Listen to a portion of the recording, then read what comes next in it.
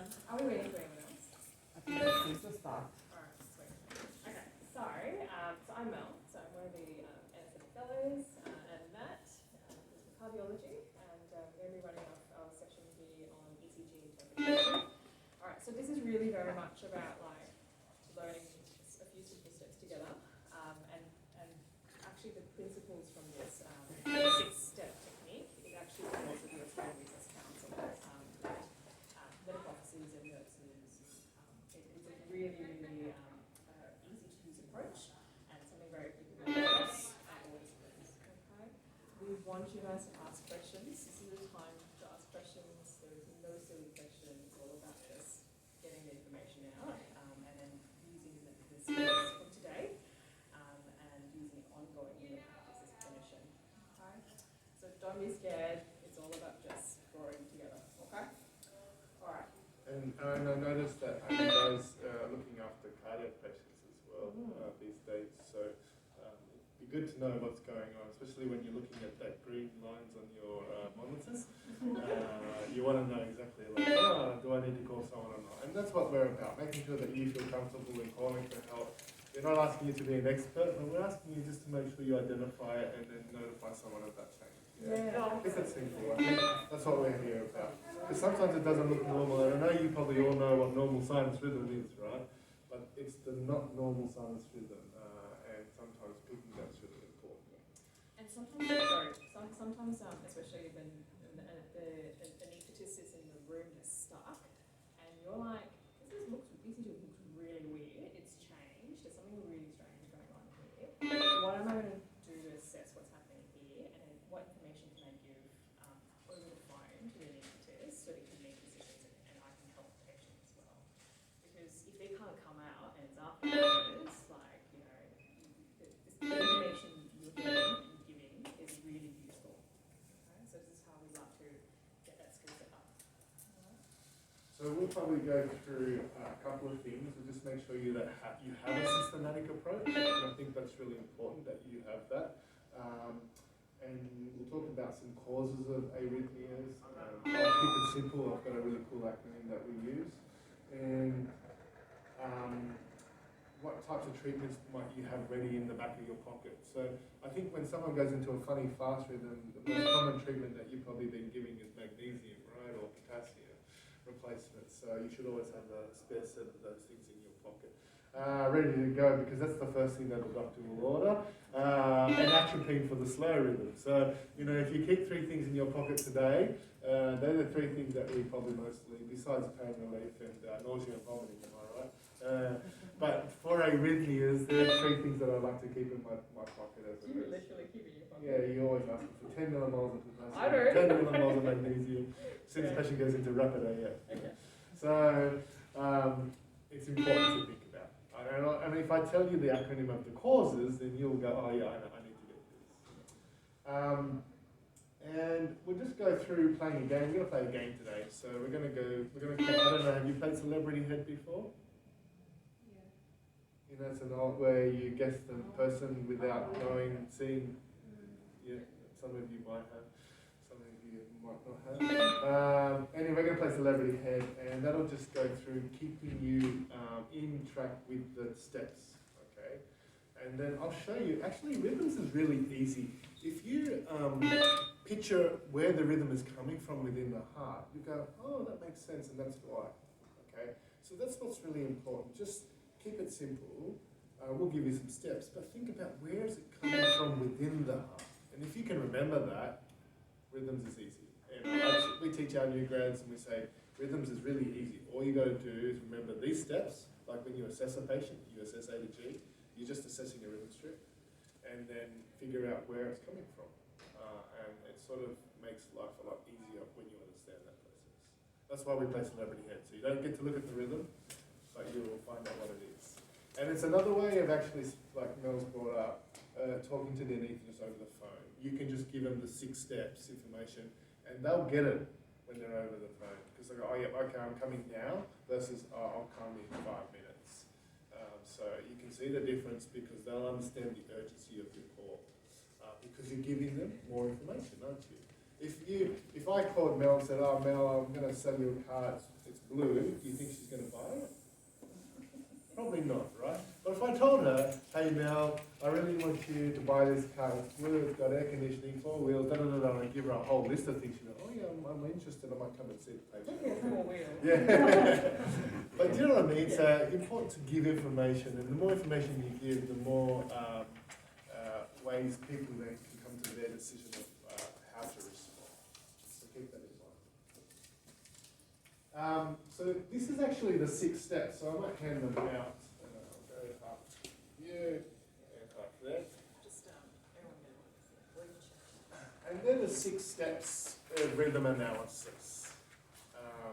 And we teach this process in a number of courses nationally, and I think if you ask me, I think they've done this really well.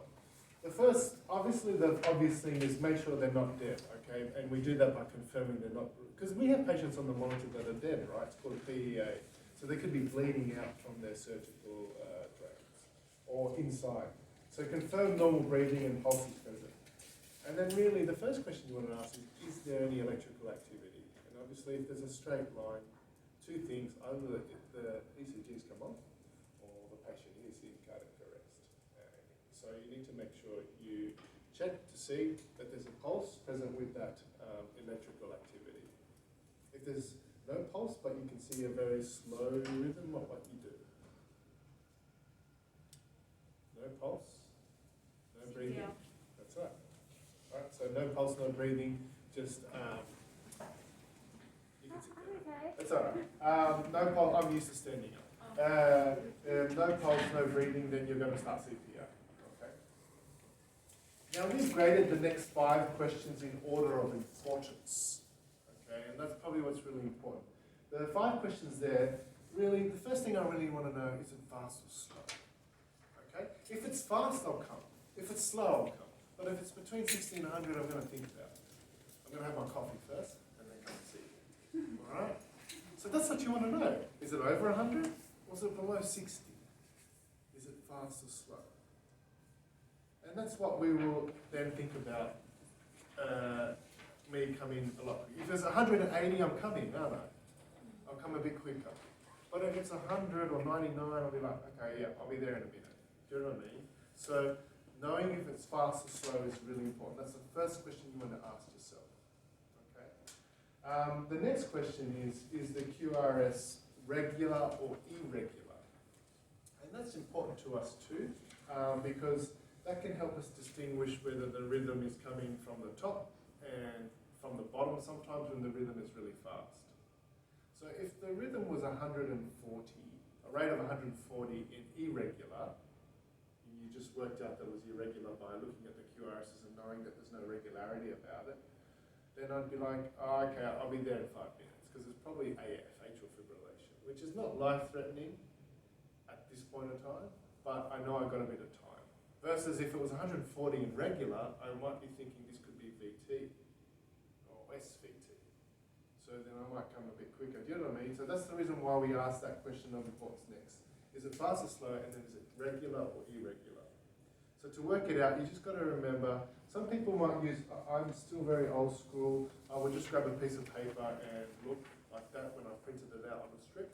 But if you don't have that ability and you're just looking at the monitor, you just want to make a synopsis, is it regular or irregular? So what Matt's saying, so from above or below, like, so it's basically above, you're looking essentially at the atrium, so is the electrical activity coming from the atria itself? So you've got 4 chambers, so it's the top, so atria, and if it's like, and if it's below, you're looking at ventricles. There's some kind of electrical focus that's coming from the ventricles. That's a not normal pathway.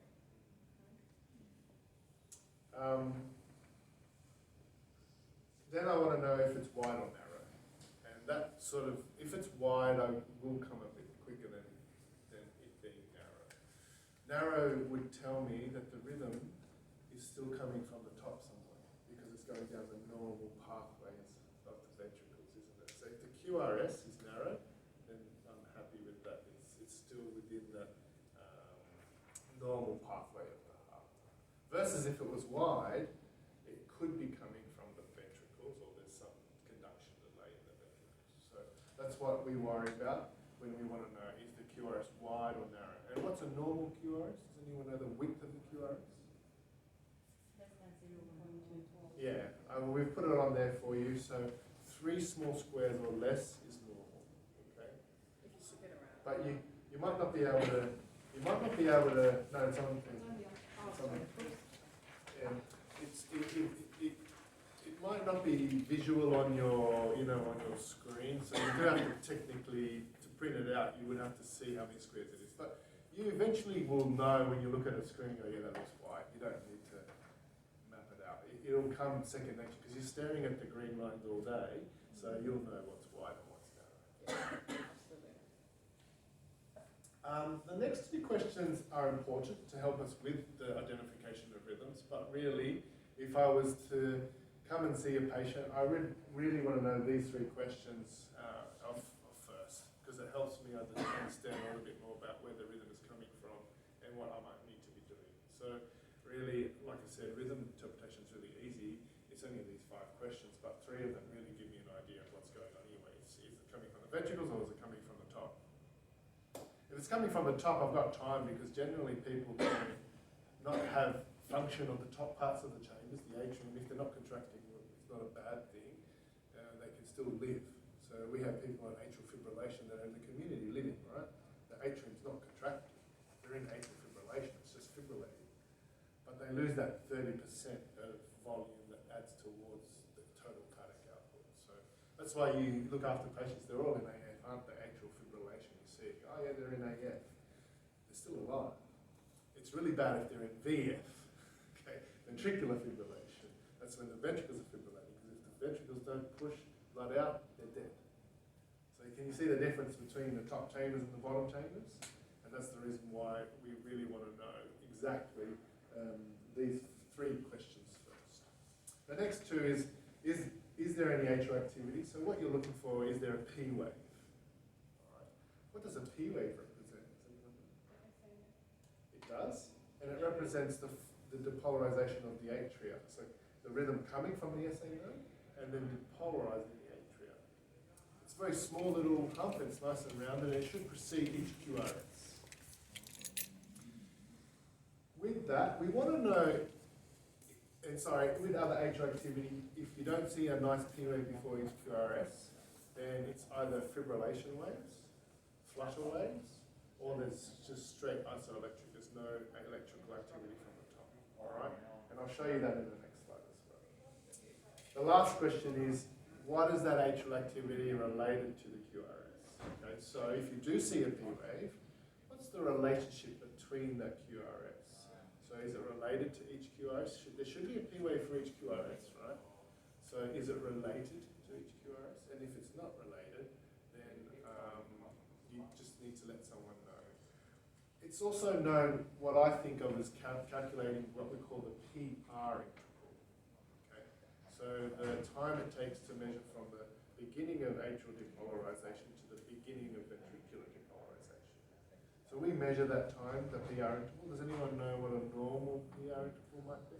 The time from the onset of the P wave to the onset of the beginning of the QRS? 0.20. Close. Yeah, you're right. So it's between 3 and 5 small squares. Okay. So you could probably write that on your that piece of paper there if you want to know what the relationship is between the P and the QRS. It's the PR interval is between 0.12 to 0.20 seconds, or 3 to 5 small squares. Just write 3 to 5 small squares. It's easier. Not that you can see those small squares on a screen, right? But, yeah. It helps actually, because what we tend to do here is, once we identify maybe the rhythm is off, we tend to do an ECG anyway. Yeah. The ECG will give you that information. Yeah. But I think, when I respond to AMS calls of the defib, I don't have that capability, but I can sort of see it get longer. So you'll train your eye to just do it all the time. So, guys, in my notes as a nurse, when I begin, we teach our new guys to write these steps down, so they're just doing it all the time, and then it becomes second nature. All right. A lot of of people give me tricky rhythms. Do you know what I do? These steps. I don't deviate. Because if I want to know what it is and where it's coming from, I still follow the same steps you do. It doesn't matter. They're the basics of rhythm interpretation. And that sort of helps us gather what it is. So we're going to play this game to practice these steps, all right? So you'll have them in front of you and then we'll figure it out. How do we figure it out? Well, if you turn over, these are some of examples of where the rhythms are coming from within the heart. The first one that you know about is normal sinus rhythm. So a rhythm that originates from the sinus node and then depolarizes. What you should see is a nice P wave preceding each QRS, and then the relationship between the P wave and the QRS, and then a nice normal QRS going through the normal conduction of the ventricles. Sometimes we have abnormal conduction. I don't want to make it too difficult, but just remember, normally in a normal person, the QRS is narrow, like what you see here in normal sinus rhythm. When we say normal sinus rhythm, what do you think the heart rate would be? 60 to 100. Yeah, 60 to 100. So what do we call anything over 100 that's coming from the sinus node? Sinus tachycardia. And anything below 60, sinus bradycardia. So you've already learned 3 rhythms, all right? And if it looks like this, but it's irregular, so it looks like sinus rhythm but irregular, we call it sinus arrhythmia. That's it. So it's not that tricky, all right? Generally it's regular in the sinus rhythm, brady and tachy, but if it's irregular but it has the appearance of sinus rhythm, then we just call it sinus arrhythmia. Then we have the rhythms that come from around the atria, okay? And this is why we do cardiac procedures on some of our patients with atrial fibrillation. We call it a PVI, pulmonary vein isolation. Have you looked after any patients post-PVI? Yeah. It could go back into AF. And then we call it an unsuccessful procedure. Need to go back in again. Maybe another time.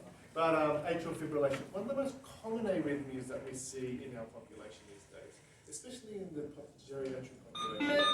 Do you know why we see a lot of AF, atrial fibrillation?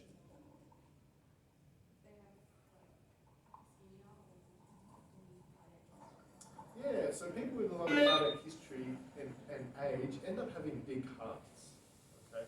Especially from hypertension or from heart disease previously. So anyone that has heart failure or a big heart, they have more likely chance, any structural changes in the heart shape, more likely chance of an arrhythmia. So that's why most of our population that comes in, the elderly, they've lived with hypertension or had a heart attack in the past, or valvular disease, and they end up having structural changes of the atria, and they cause arrhythmias like atrial fibrillation. They also cause deadly arrhythmias too if they've got poor heart function. But it's very common. What's the characteristics of atrial fibrillation that you've noticed in your area? What's the most? Symptoms? Well, no. In terms of when you're looking at the rhythm, how do you know it's AF? Usually it's fast, Yeah. fast rhythm, Fast. 100. And it's irregular. Yeah, it's always irregular, isn't it? Do you know why it's fast? Because the atria are firing at around 400 to 1,000 beats per minute, if we were to map it out, right? So what you see, I don't know, have you ever seen a can of worms? They call it like a can of worms, right? So the atria are just quivering like this. It's not contracting, it's quivering. Because all the area of the atria are firing between 400 to 1,000 beats per minute. The AV node goes, oh, okay, I'm only going to take this one and this one. So that's why it's irregular, because it can only take a certain amount. The AV node can't take 1,000 beats per minute, it would be dead, right? So that's the reason why it's irregular and it's fast. And it's the most common arrhythmia that we see. So these, we call them fibrillation waves, very fine fibrillation waves. And it's very irregular. In saying that, it's most commonly we see fast air, but it's not always fast air. Yeah. So sometimes you will see people in slow air, especially if they're baby. Yeah, so it's not always an absolute that it has to be fast. When you hear someone saying in rapid air, so that potentially is concerning because actually not feeling very well. So those patients, if they're symptomatic, so they're like blood pressure's a bit low, a little bit dizzy, those are things we need to know about. Potentially see slow AF as well. Drugs are generally our cause of controlling it. So there's lots of treatments for atrial fibrillation, and the one that you probably will see is pulmonary vein isolation that comes to you. Hopefully you don't see it, but we try to, it's a curated procedure. So they can come off some of the nasty medications with atrial fibrillation. If someone goes into AF, so if say you go into AF, man, what's the problem with her going into AF? She'd still be alive, wouldn't she? But the atria is quivering, so what would happen? Clots, yeah, she could have a stroke. So think of that when someone goes into that, because the blood is not being circulated to the bottom anymore. So there's risk of stagnant blood in certain areas of the atria, and that can cause a clot, and that's why people have strokes. That's why they're all on warfarin or some type of antiplatelet and anticoagulation medication, generally anticoagulants. So that's the reason why they're on it. So it's probably one of the most common arrhythmias that we see, and also one of the most problematic issues that we see. So one person every 4 minutes in Australia either has a stroke or a heart attack. All right, every 4 minutes. So how long are we going to go for? At least 40 minutes. Is 10 people, right? They're going to have a stroke or heart attack in Australia. It's pretty scary, isn't it? So don't get AF. Okay. It's actually a lifestyle modification. If you can control your lifestyle modifications, you can actually reduce your risk of going into it. There are other people have structural issues. So it's a deadly rhythm, but at the same time, you can live with atrial fibrillation, okay? Because you still have cardiac. The other rhythms, you might have heard atrial flutter. It's very similar to AF. It just means that you've got big flutter waves, and they look like sawtooths, like a saw. And it's the same as atrial fibrillation, but it's just got a slower re-entry circuit. So generally, it fires between 250 to 400 beats per minute in the atria, versus atrial fibrillation is 400 to like 1,000. I don't know if it's 1,000, but we just say 1,000. So that's the reason why atrial flutter still it has risk of clots, less risk, but still risk of clots, but it looks like a sawtooth appearance. So that's what we see in terms of atrial activity. You don't see P waves, you just see this sawtooth appearance. Then we move to the middle of the heart, and we can have rhythms that originate there. So the AV node can fire if it needs to. It's a second backup pacemaker. So the AV node normally is the only connection between the top and the bottom. It normally collects information from the top and delivers it to the bottom, right? But if the AV node, if the sinus node failed, or we killed it, or drugged it, or did whatever, then the AV node will take over. So the AV node will fire at normally 40 to 60 beats per minute, and they can generate rhythms from there. And the rhythm that we call it would be called junctional rhythm. So on that piece of paper, what's unique about junctional rhythm? Can you see? Can you see a P wave? No, because it's not coming from the sinus node, is it? And what you would see is a narrow QRS because it's still coming from the middle of the heart but going down the bottom, all right? And don't worry about the T's or anything else. So junctional rhythm, generally you may see a P wave, but if you do, it might be because it's just coming from the top part of the AV node. And so what happens is you get an inverted P wave sometimes, a very narrow PR interval, and then a normal QRS weakness. Okay. But let's just keep it simple. Junctional rhythm, coming from the middle of the heart, you probably won't see a normal nice upper out P wave. It means not coming from the sinus node, coming from the middle. But a narrow QRS and a rate of 40 to 60 generally. Unless you do something like give atropine or glycopyrrolate, then it might be going up higher than the intrinsic rhythm of what the AV node normally fires at. I've put a lot of patients in this arrhythmia in my lifetime here. So how do you think I can cause junctional rhythm on this lovely young girl here? She's just had an angiogram, she's got a sheath in, and I go and remove it. What do you think I could do to her to make her go into junctional rhythm? It happens all the time. I can slow your heart rate down, I can slow your heart rate down, I can slow your heart rate down, I can slow anybody's heart rate down. I can slow this, I can kill her. Right? I would put my hands on her carotid artery and start pushing it. Or carotid sinus massage, right? So I can activate the parasympathetic nervous system. It's quite common for us in the cath lab to do that. When we push down on the groin to remove the arterial sheath, what happens is the patient bears down, holds their breath, and they activate, they increase their vagal tone, and they have a vasovagal, is what you call it, and that vasovagal causes them to go into a junctional rate. Okay, so we can slow heart rates down. Okay? There's many ways to do it. Some people use a syringe in the ED department. Some people, medical officers will use carotid sinus massage, and nurses, we just don't ask them about how long have you had your bowels open for. So that's why upstairs we ask the patients how many times, because if they're constipated, what's going to happen? They're going to bear down, right? They're going to try to push out the watermelon because they haven't had their bowels open for 5 days. And guess what? They pass out on the toilet. That's why most patients pass out on the toilet, because they're constipated. Then they have a vasovagal. So we can cause this arrhythmia by just doing a simple thing as removing a line.